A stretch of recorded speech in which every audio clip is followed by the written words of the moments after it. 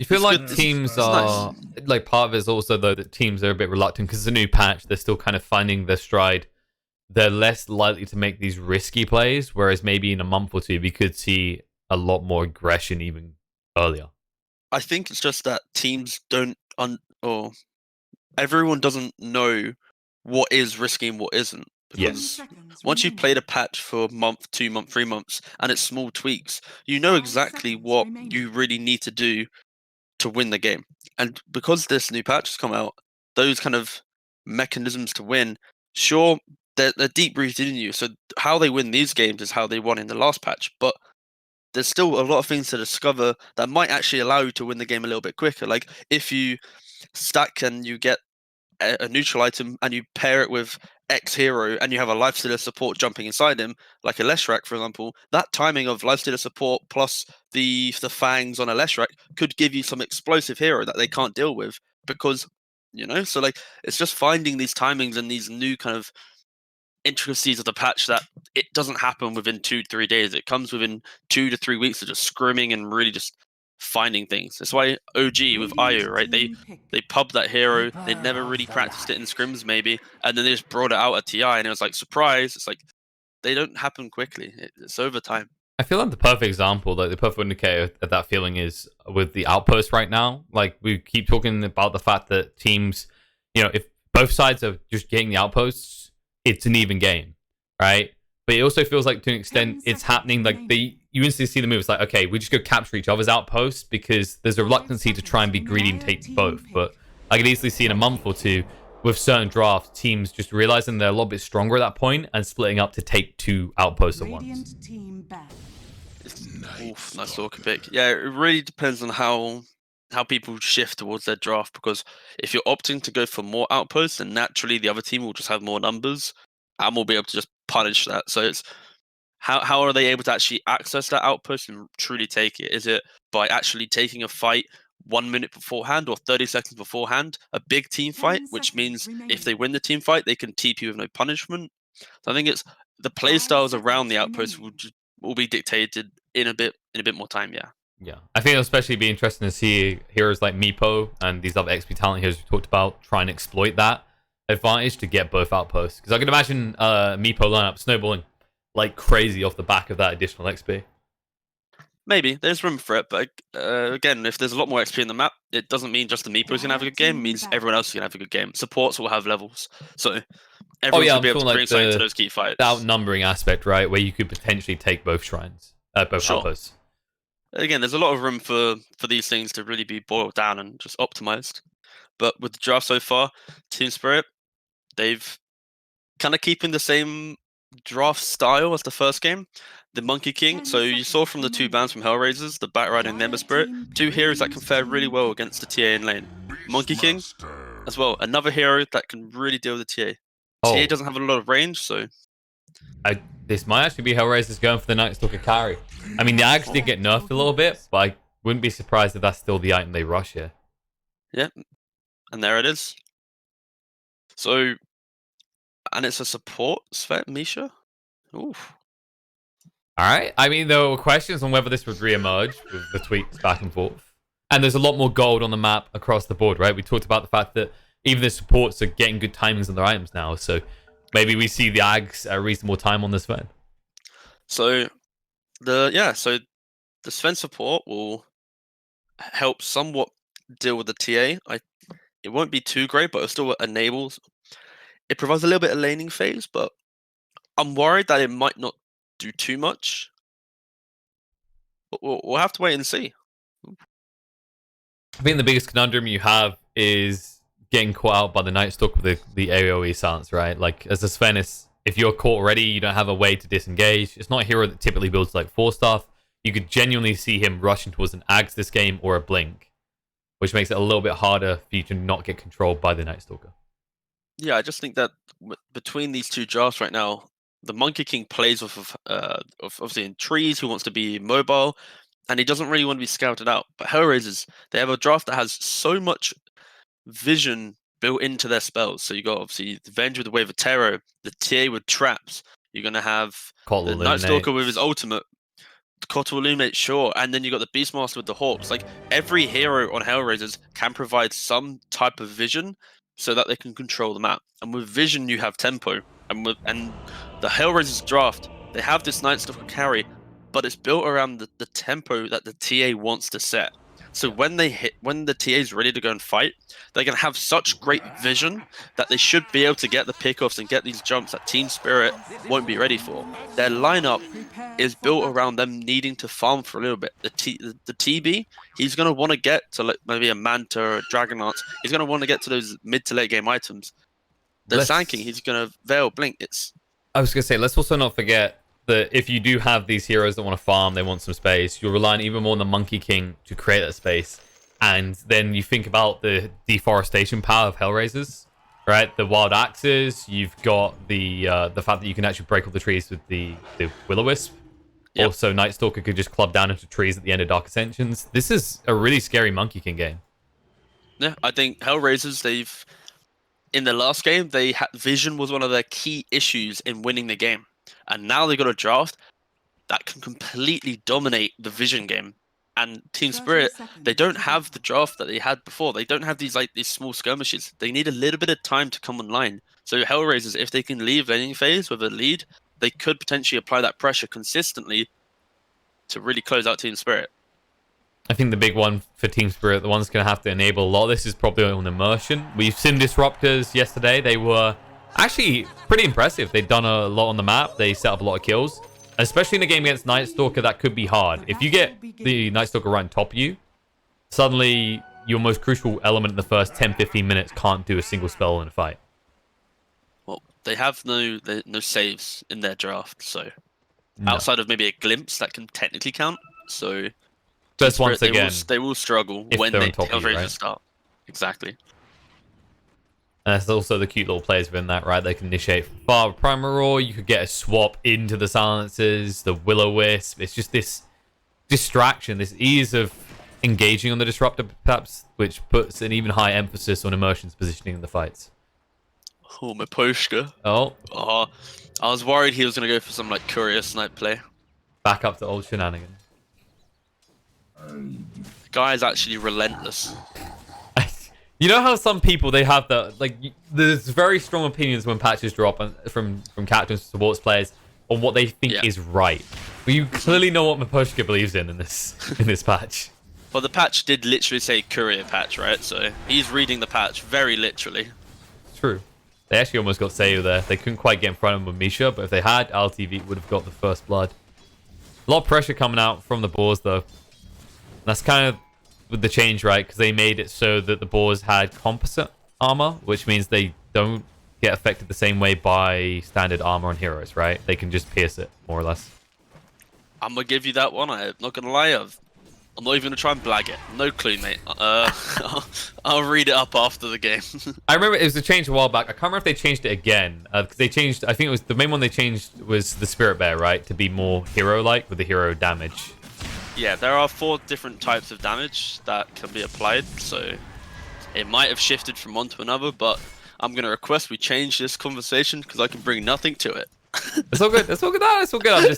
I was just going to like round it out with the bear getting changed because I think he was the only big one this patch.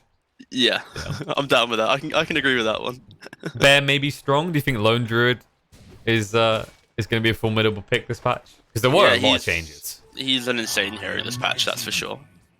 Especially with the fact you have 12 slots and neutral items are now in play. I see. Play for 30. Never works, by the way.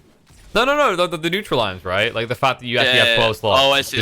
Oh, yeah, of course. It's like having a level 25 courier worst case scenario because you can have all these activatable items. That is true.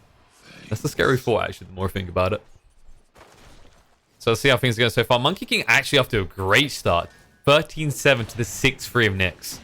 The DD is just a spit in the face. Yeah. The fact he get a DD rune, and also it's a Monkey King VTA matchup, it is a Monkey King favored matchup. So this DD just really forces it home for him. And this is what he needs to have as well. We mentioned the ways that they could potentially counter him. Urgon likely to start rotating much earlier than the TA in this type of game. And in fairness, you have decent kill potential in the out lanes, right? Because both Team Spirit's lanes do have stuns available and control. Yeah. It's gonna be how do they rotate to then enable something post-kill? Oh, the courier! Oh, No! goodbye, Bobo, Korea, Misha. Making sure These that Sven movement speed is useful. it was just standing still. It just I've pieced seen out. that a It got few times from them, right? That happened last game. They just were casually sitting Corey's places. like the courier's feet got wet and was like, oof, I can't move it. Like, oh Done. god, no. Bobo taking a lot of damage here, but Misha can't get close enough. I think some players aren't used to the sending back to base buttons. Yes, that's true. They did change that around. It's also the fact that most of these players aren't used to having a courier to have to manage at this stage in the game. I mean, even my games as like a 4, I keep forgetting that I should be using the courier at all times now because you're so used to your mid screaming, "This is mine, leave it alone." That is true. That is true. Team Spirit, though, they're showing that after 4 minutes, they do have the better lanes. Like, they really can't pressure this TB too much, especially when they got a Sven beside him. If they want to go on him, just Warcry, he's not going to take any damage. He also has a lot of armor naturally on TB, so he can deal well against these physical lineups. And in top lane, you've got a Night Stalker via Sand King. Like, and he's doing fairly well against the Sand King. I expect this to be a little bit more one-sided because of the Caustic Finale. he is doing fine because the lane's always under tower, but it's the fact that the Sand King's having a good game, right? It's going to be... You when you have a Night Stalker carry, you're going to always give the offlaner a good game. So that can be scary in some lineups where, for example, Team Spirit, they need the Sand King to have a good game. Obviously, the Monkey King will have a good game. They need to have this tempo to enable the TB to farm up a little bit and get over the hurdle of being one of the weaker heroes out of these 10. I think the biggest concern to look at with the drafts as well is if you have a bad start like this as HellRaisers, who rotates where, right? Like, you want to try and pivot and play around Night Stalker, your best farmer and a hero that gets strong at night. But who's rotating? Your Beastmaster needs at least 6, and if you look at the mid lane, which one of these is going to get active? We already mentioned it's the Monkey King. He's going to be active a lot sooner than the TA. Oh, is Misha going to get the courier? No, they fine. might get the bigger thing here, which is the kill onto Nyx. He's already used the refraction and he's dead. First blood drawn. Misha gets the final tap. I hate how this patch has actually made me think more about a courier kill than a mid-hero kill. Like, well, no, it's a bigger bait in the mid though, right? Because in the mid, you're like, damn, that's you just consciously think of it as the primary courier. So you think it's actually a bigger deal. I don't think you're wrong in thinking it that way, because we've, for good reason, always talked about how if you can snipe the courier, the mid lane's the one that suffers. Speaking of which, Sven suffers a lot of boars, not the kind you can eat. Kind that eat you in this game. Mid. Farm TB is such a scary hero, actually. They've rotated. Oh, Ergon's not too scary anymore. They did actually rotate Night Stalker. I was asking the question and they gave us the answer. Like, HellRaisers, even if they are out CS'd in laning phase, their initial rotations still will be much stronger than Team Spirit if they do it correctly. If you bring the Beastmaster, have that roar, have that big explosive TA damage that he naturally just has from the meld, the fact that they can take away so much armor. Okay, this is... Ghostic had a very golden opportunity to get both items there, the Keen Optic and the Trusty Shovel, but I think we're just getting that beautiful preview of different mechanics that you're not used to happening, and them surprising you again. Where? It was top. It was they were contesting the tip.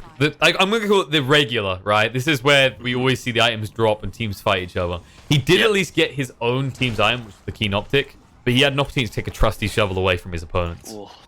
2 games in a row, the Trusty Shovel strikes again. Both for HellRaisers, by the way. Will they get the Deny on bot tower? But they will. Do. The power of Deny in this patch, though, now both teams are getting half the gold of the tower. So I like that they've done that because it just felt like another example of where they're trying to accelerate the speed at which items and gold accumulates. The Pushka strikes again. Of course he does. A courier has been slain. I mean, it's just a courier. Who cares? There's 10 of them. However, there's also 10 heroes, and now there's one less on the map. The Sand King gets found out with the Dark Ascension. Ghostic is bored because he's dead for a long time at this stage in the game. I mean, it does feel like what was that? Almost 30 seconds already. That's a snooze fiesta and a half. TB, meanwhile, is still top of the CS chart, by the way. He is. He's just having a good game. And these illusion heroes against Beastmaster, they normally do fare well. So Naga, TB. Any way to kind of get rid of the balls and kind of ignore the Beastmaster's kind of potential. That's also kind of frightening as well, because you think of Beastmaster as a bully laner. He usually wins his lanes reasonably well. And you expect to be able to force a TB back to the jungle early. By the way, Immersion was caught on the retreat from the gank attempt. They got spotted out early, and Misha will join him in the grave. He gets pushed back into the trap. It's going to be a double kill for Elmo. One step closer to that Ags. Thanks for playing Dota 2. Like a minute ago, he just finished phase boots, and now he's already nearly one component into Ags, so... And he's getting value out of the nighttime. However, it does end soon. 1 minute left nighttime. He might try and make one final play. Ergon might be baiting himself in right now. I mean, this is a typical experience, right? You have the Jingu, you feel strong, and now as a result, they'll come around you. They'll stop you from getting the Wukongs down too fast. They should have the damage to finish it off, and there it is. The final hit comes out. They get him again. Yeah. That's a power of Cuddle Night Stalker, actually. They start that engagement, he ults, the Cuddle comes in, chucks a little bit of Shaka onto the Night Stalker, you get that second Void, and now the Monkey King, he doesn't have time to get his Jingu stacks up. And, meanwhile, Bot, Misha, almost died there. Bobo may have been baited in. Immersion. If they can get this kill, it's big, considering he just picked up his Helmet Dominator. He's meant to feel powerful, but there it is. The Sayer arrives, he gets the kill on Misha, and he turns around for a second. Go all the TPs. Oh. Rainbow TPs. Bobo says, see you later. I have had my value here. More space for my TA and time wasted for a Monkey King who's on the clock. Forcing a double core TP at this stage of the game, that's really really good. It now means that the TA has no pressure in her lane. It's just turning daytime, so now the Night Stalker, he's gonna get a free outpost, and he knows like there's no Monkey King or Sand King threat in his lane. He's gonna be able to get like 2.5 creep waves for free until someone else can come and pressure him. The catch here is going to be the next nighttime, though. By then, Ghostic should have this Blink Dagger online. The question is whether Ergon can find the golden time for the Echo Saber. Should be rushing back to mid to just start picking up that farm again. TB, however, unlikely to be involved anytime too soon. I believe he just completed the Yasha. Yeah, he's just going to want to sit back, chill, farm up. Oh, is he going for the... No, he's actually going for the range. The Dragon Lance instead. The range. The range. He's going for the range. He's getting the range. The Dragon Lance. Welcome to the IC crowd, lads. Oh, God. See, the power of a TB. It's going to straight into you. Pushing mid. I mean, here we go. He's got the catapult. They're ready to go. He's got the range. They even gave him the good old foam, so he can do a little bit of reading on his way to mid. Misha, this is him zoning them. Static Storm, beautifully done. Traps in two. The damage is going on the TA as well. The Boundless Strike sets up the kill. Miposhka barely able to move away. The glimpse back. The bigger target's been found at the Primal Roar to protect Elmo. He'll throw out a stun. The Burrow Strike is off the mark from Ghostic. Now, Ignis goes down, trying to get rid of the Blast Freeze enough to bring down the Monkey King. And they'll turn on the Immersion as well. Bobo needs to back away from RTV, though. Ghostic, that's a very weak epicenter, moving at the speed of an old man with a Zimmer frame. Say just about able to get away because of the blinding light. Miposhka limps away on 30 HP. He can use the shrine if he wants. And while that happens, Sayu does go down. And so will the tier 1 Tad. The big objective is still achieve Team Spirit, despite what ended up being quite a messy engagement in the end. Like these fights are so scary for HellRaisers, where because there's so many stuns coming out from Team Spirit, HellRaisers can only fight if they either kill everyone else but the TB, to then deal with the TB. But if they go on the TB, they don't have enough kind of big explosive damage right now, so that he's always going to get his Sunder off. Unless it's like a Roar into a Night Stalker Silence. Like, it's very scary to fight Team Spirit if they are all together. Yeah, the problem they have is you could Primal, you could initiate on the Terrorblade, but there's going to be a glimpse to get rid of one of you. The Sven can actually buy a lot of time with the Warcry level 3 at this stage. It's awkward. Yeah, for sure. It's super. It feels like they have to actually go for pickoffs, and it makes sense when you consider they have a Beastmaster and a Night Stalker. Yeah, their lineup comes online when their TA has like this Blink Deso and can match the jump or the initiation of, let's say, the Beastmaster roaring. So when they hit that timing, it will then be quite scary for HellRaisers. Oh, for Team Spirit, sorry. Oh, that's gonna be a painful one. Yeah. So Misha sniped out Bobo's courier. It had the medallion coming out on it. Ooh, that will be spooky. I mean, he's still got his Helmet Dominate to work with, but the kill opportunities are going to be a little bit harder when the nighttime comes around. At least they have the Deso online now. But the courier will come up by the time that nighttime's back into play, so it slows down his farm for a little bit, but it makes them not want to use the Dark Ascension in the meantime. Exactly. Which, to be honest, if they could just wait it out, they'll have Ags soon at this rate. Yeah, they shouldn't be too keen to rush. Ghost Stick. They're going for Unless it's a pick-off. Blink away, Pyro Strike as well, but the dust did clip, so he can't even hide. The silence will ensure that that is not the case either. And they'll even get the tier 1 tower alongside him. Instant smoke. Really like this play when Night Stalker uses ultimate. You get 1 kill, they think that you're going to wait because it's going to run out, but no, you instantly run across the map and you make a play. Especially when you have it available. The Primal Roar comes out. Glimpse try and get him away, but Misha's already dead. The damage is overwhelming. LTV can't change that. Even with his real ultimate active with the Metamorphosis, they'll still find more kills. Balance Strike on a Night Stalker, but Elmo's too fast out. And the concern is not whether Terrorblade can carry late game at this rate, it's whether Team Spirit will be able to make it to late game with this pressure from HellRaisers. Yeah, TB, if he gets to Manta plus 1 or 2 items, then the game gets really scary for HellRaisers. But you can see right now, HellRaisers, they've got these early items coming in. They're going to have, obviously, Medallion on Beastmaster, maybe a Solar Crest, or he's got a Necro tapped in right now. You got this TA, he's about to get a Blink. Nightstalker with an Aghanims, with the Coddle. Like, HellRaisers are going to have so much damage in the next 3 to 4 minutes. Someone's experienced a lot of damage. Bobo gets caught out by the smoke rotation. They might find a bonus kill at this rate. You can actually see Coddle, the run. move. They'll know where he is as well, because he's moving across the outpost to pick up the bounty rune. So we'll go for the TP away, and he'll make it, because they already used the Boundless Strike in the last kill. And Sandking was just a little bit too far away with his Blink Dagger. Even with the powerful Keen Optic. Also, Philosopher's Stone, maybe the best generic neutral item to get, has been found. The GPM one. That is very good. Who have they put it on? Should be Miposhka. You don't want to move... like, if you're losing 35 damage as either a Night Stalker or a TA, something has gone wrong here. But can you still put it onto your courier, though? I've heard that was a play where you put it on your courier. Apparently that still works. Okay, so... you could technically give it to... unless they fixed it across the course of last night. But I didn't see a patch, so probably not. Okay. Smoke on Demisha. But this isn't a carry spin. Dagger timing. Yeah, this is fine. They get this kill instantly into Roshan. They've got the Deso, they've got the Medallion. Got a Wave of Terror. They got everything. Yep. This lineup is scary. This is like one of the strongest points of the game. Like Night Stalker's 200 gold away, and that's HellRaiser's peak in this game. That's where the question is going to be if they can close out. We talked about these teams maybe laying back a bit too far. Ignis Fardus comes out, Disruptor pushed out of the silence though. He just saved his life. Questions will be asked from Poshka. Ignis ends, and now HellRaisers need to retreat. The pings are coming out though. They did have vision on this.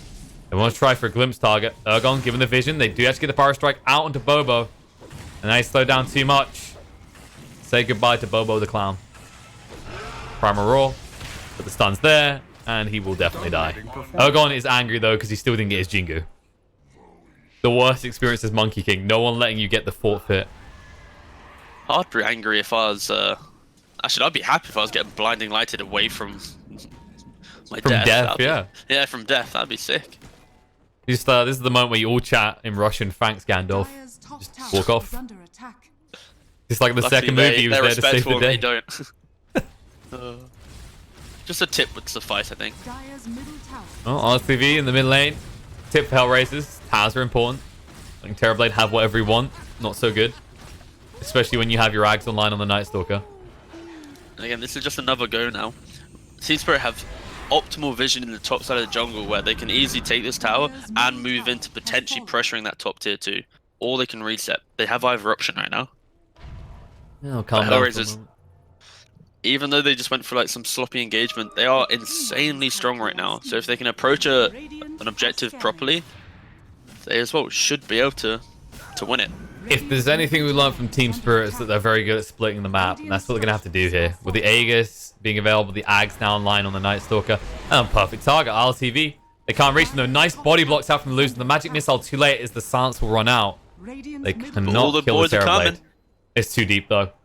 There's a Philosopher's Stone. Oh, what? Oh, no. What? Well, you're going to be lucky that they didn't spot that one. They get a kill on the monkey in the meantime. Chasing with Dark Ascension, looking for a target right now. Immersion, you poor bugger. They found him.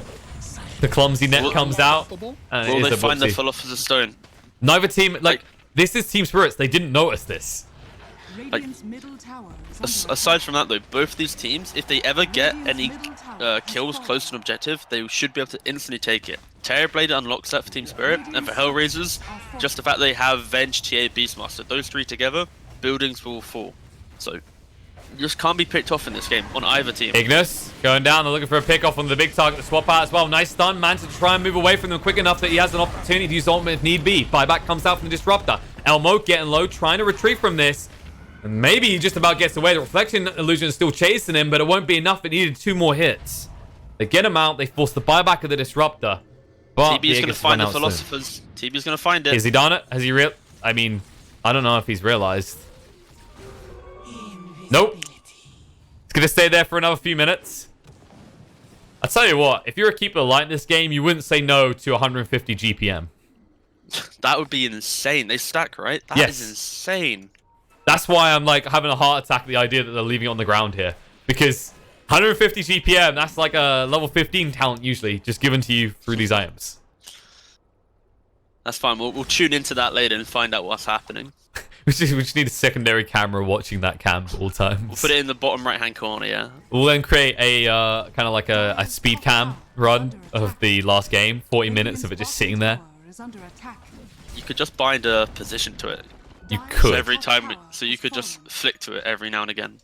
Alright, Mr. I bind keys for place on the map. Sometimes. Not all of us do that. Oh, look at that though. Straight away, Team Spirit pick up a clumsy net, but they still leave a Philosopher's Stone on the ground. Oh, I like how it says 3 out of 3 found, actually. That's nice. I wonder if they're now going, wait, guys, when did we get our third? Wait, where's the other one? HellRaisers moving into the jungle now. Like, they have Dark Ascension back up again, so they're going to want to like push out their lanes and then go for one of these aggressive players. Here we go. Is he? There's the ping. There it is. Pinged. HellRaisers have seen it. Cole is running. No, Save says this one's mine. Okay, I need gold as well. Okay. All right, net worth is going to keep increasing for HellRaisers. This is just ridiculous. I mean, I used to say the best supports are the ones with GPM talents, but now any support can be the best support, courtesy of... Amen RNG. Amen RNG plus enemy team being ignorant. Together, to be honest though, there's way too many things to focus on in this. A neutral item, what's the importance of it? It's still Dota, you need to push out your lanes, you need to focus on what's next. If I see some silly blue box on the floor, do I really care? You probably should, but do I really care? I mean, if you've walked next to it like 4 times in a row and not even bothered to hover on it, yeah, you probably should take a little look. You're probably overthinking if you're going, no, this is HellRaisers dropping on their tier items on the ground to distract me from hitting creeps. But I'm pretty sure an attack click just does that for you, buddy. Let's find out if it win or loses the game. I mean, it is scary when you think about all the variables together, like Beastmaster with that XP talent. Now you have the 2 supports scaling well on gold. I think they only have 1 XP talent on their side, but it's still... Actually, no. Yeah, Cole's got 1 as well. So, speaking of which, Old Man does get caught out. But we did mention these XP talents, they're going to start to have a bigger impact these days with the arrival of Outposts, the addition of level 30s. Heroes have more value if they have that talent. Especially at 10. Especially for the life of your poor couriers that limp around the map at the slowest speed imaginable. They've been surviving this game though, that's key. Not early on, but since. Like, the last 10 minutes, I don't think we've seen 1 murdered. No. A really critical smoke coming out from Team Spirit. They've got a previous ward that they've placed, utilizing that vision to now try and gain something from the smoke. But HellRaisers know what's up as they move deep into the tree line. They're gone. Smoke breaks. He pings. He's looking in right now. The TP out for 1 will be successful for Bobo. He couldn't cut the trees in time. He will be the sacrificial lamb, but they get the big boys out. Both the TA and the Night Stalker escape. I just feel at points in this game, it's always Team Spirit that have that vision. Like right now, wards placed on map. it was one just expired in the deep jungle, and then you've got a defensive one. But Dire, they don't have any. He's got 2 observers on the coddle, so They have need got to make some vision though, right? Because you've got both the TA and the Beastmaster. Speaking of which, TA is going for immersion right now. He runs into the pit. Will look to TP away. The net does come out in Amisha, but it doesn't hold in place long enough. This should end there, unless they look to re-engage. With the glimpse back, they might, but there it is. He protects himself with the BKB. Not willing to take the risk. the power play would have been let the glimpse take you back, then BKB go. But that's without your like, Beastmaster, right? that's a ballsy one. That's some that is some Megatron versus Optimus Prime. I'll take you all on moments right there. I would not advise though. I don't think he's quite Transformers 2 material. Maybe once he has his Orchid, I could see that happening. I think just pushing out the lanes right now and positioning for Roshan is going to be one of the key aspects of this game. Wow, look at LTV. He just runs straight in. Beastmaster stunned up. The glimpse back because there's no BKB, but blink away by Nyx. They keep eyes on him due to the reflection. Misha wants the opportunity. Ghost Stick has got the blink in 5 seconds, but it's too late. Nyx is in his base. And in the meantime, a courier has been killed. Is it too late? Do they care? They just go in mid. Okay. Just go mid. Stun out. Even bigger target, really, because Elmo, with his base defense, would be critical. Gets netted up by the clumsy net. We'll be able to move away in time, though. And that's enough. I don't think Team Spirit realizes where their couriers are going here. Again, there's so many more important things to think about in the game that people just aren't conditioned to think about. Oh wait, I have to control my courier, right? Like, naturally, in games, people will save each other's, but now you can't. Ignis gets dropped down. Catches on the free as well. Immersion. He'll be the one to go down. Didn't throw out the Static Storm either. Misha will be able to back away in time, but Nyx is hot on his tail and will be able to find him with a 2-tap. Elmo goes in deep, finds 2 more as well. The Monkey King gets netted up. The Sand King's there as well. Trying to swap out. Controls good on the Monkey King. Brings him down. Now, Ghosting blinks away just in time. Able to make his escape. Mid lane pushing him with a catapult. Roshan's not going to be up for another like a minute and a half, so TV, they have to decide right now. They have to decide, are we just going to try and go mid, force a buyback, or... I think they do. Play? I mean, they got the Solar Crest as well. With the TA, they could probably get the tier 3 tower before having to back off, or at least force out the glyph. They still have both BKBs up on cores. Like, right now, this is the best time for HellRaisers to really take a lead in this game. Terrorblade doesn't have meta for 50 as well, which they are aware of, so they're not even fearful of him. Speaking of fear, Crippling Fear's actually going to come out, the swap out as well, the Primal Roar, everything thrown onto the buyback comes out from Monkey King, but it's too late. They've lost the TB. The epicenter of Ghost Stick could not be more defensive if he tried, and the net out to Sven controls him up to get the kill. Ergon forced back and away. Buyback comes out from TB. This is where HellRaisers could just back away and be content with the big buybacks, but instead, Dark Ascension activate. Elmo wants to go deeper. They still have BKB up on the TA, so they don't care right now. Especially with no meta being up. They can just take this Rex, reset, go Roshan. Glimpse. Nyx says, okay, if you really want this, but we'll blink away. He went for the power play that time, but didn't press BKB. Getting a deep ward out here, which they already have placed here, on top of a shrine take, or even just completely re-engaging. Yep, they go back in. Crippling Fierce out again on his Terrorblade. He brought back. Static Storm's going to come in. They're trying to control him up. The BKB. Nyx go straight for the kill. The silence out on him. TB cannot turn around just yet. Bench is already down. Ergon's thrown on the way with the Wukong's command. The stun on the side. Night Stalker is low. Able to back away just in time before the Jingu gets procced though. 1-for-1 trade. Net is out though. Elmo chased on too. No, he actually stuns them up. Mini stun with a voice. Stopped Ergon from being able to tap him down. And RTV is too low to keep pursuing. Close call. But most importantly, the Terrorblade lives. For if he went down, that is easily a second lane. And definitely Roche for HellRaisers. HellRaisers is really improving from the first game. Like, really much better vision in these fights, and also actually taking the fights when they're ahead. Movement now by Team Spirit. They realize the importance of this Roche right now, especially with those big buybacks committed. They cannot afford to get caught out on Terrorblade anymore. He needs the second life. Ghost goes to him with the stun. Silence comes out onto him though, so he can't follow up. Elmo with the BKB chases straight in. This is the scariest rendition of a Sesame Street character I've seen. And the silence is out on the TB. The follow-up is good. He's down. He's dead. No way back in. They'll chase on through. They're staying on top with the Crippling Fear. Elmo stuns the both of them up. And on the side, in the meantime, Misha goes down as the GG comes out. They know without the TB alive for 80 seconds, all that would happen is HellRaisers would barrel down mid. Oh, yeah, this game was... HellRaisers, They had like they didn't need to wait for too much to come online, and the way that they win every fight is about just approaching it calmly and getting that like necessary jump. Like the TB, he can't go for this normally he wants to buy a BKB and be able to frontline, but in this game you just can't. You have a Beastmaster, you have all this negative armor, so he needs to buy all these stat items. But it still means that he's susceptible to the Will-O-Wisp from the Coddle, like all the magic damage coming out from the Night Stalker, the silences, like because of the overall roundness of Hellraiser's draft, it made it like an awkward game for itemization for this Terrorblade. Yeah, it just felt like Monkey King didn't get the opportunity to pop off that we were expecting after the start to this lane, and as a result, you mentioned it at the start with their draft, right? Is who is going to make those plays? It has to be Monkey King, because Sand King wants a bit of space to farm. Terrorblade indefinitely needs space to farm, whereas Hellraisers, you mentioned that critical timing when they got their hands on the first Aegis, when they had like the Deso, the Blink, the Ags was online. They're ready to just keep fighting for the rest of the game at that stage. They're happy if that's all that happens. Wow. Yeah, for sure. It's beautiful. The people with the most ability to skirmish and fight wins. So for game one, Team Spirit, they had the fight in them. Hellraisers this game, they got the fight in them. This is a CIS meta. So old CIS. Hopefully it'll return to those days, not the farm fiesta of the last year. Oh yeah, this is good. By the way, right, we mocked it yesterday. I'd like to just point out how useful Clumsy Net was in this game. Okay, there was a lot of nets from Venge, and they were very good ones. Mm-hmm. Okay.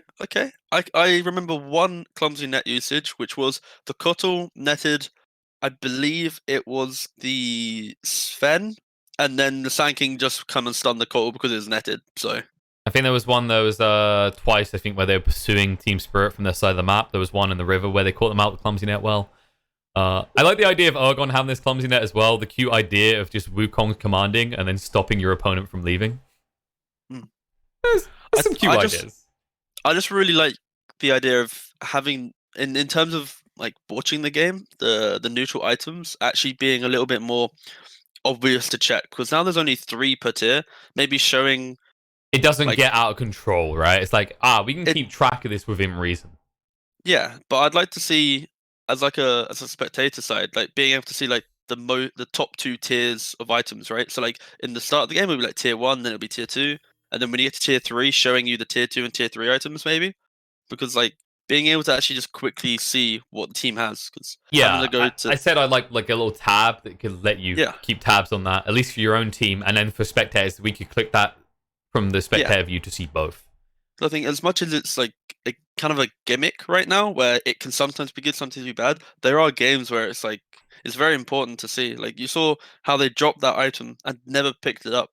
It fundamentally, it literally had 0 value in the entire game. It didn't matter, right? The fact they picked it up or not, like over the game's still going to be the same game without the item or not. But it's just interesting to see if teams actually benefit or not from these neutral items. So, all right, well, that is game number 2, and finally in this tournament, we are going to need a third game to decide it. 1-1 apiece. Short break, then we return to see which team will continue through and face off against J178. Stay tuned.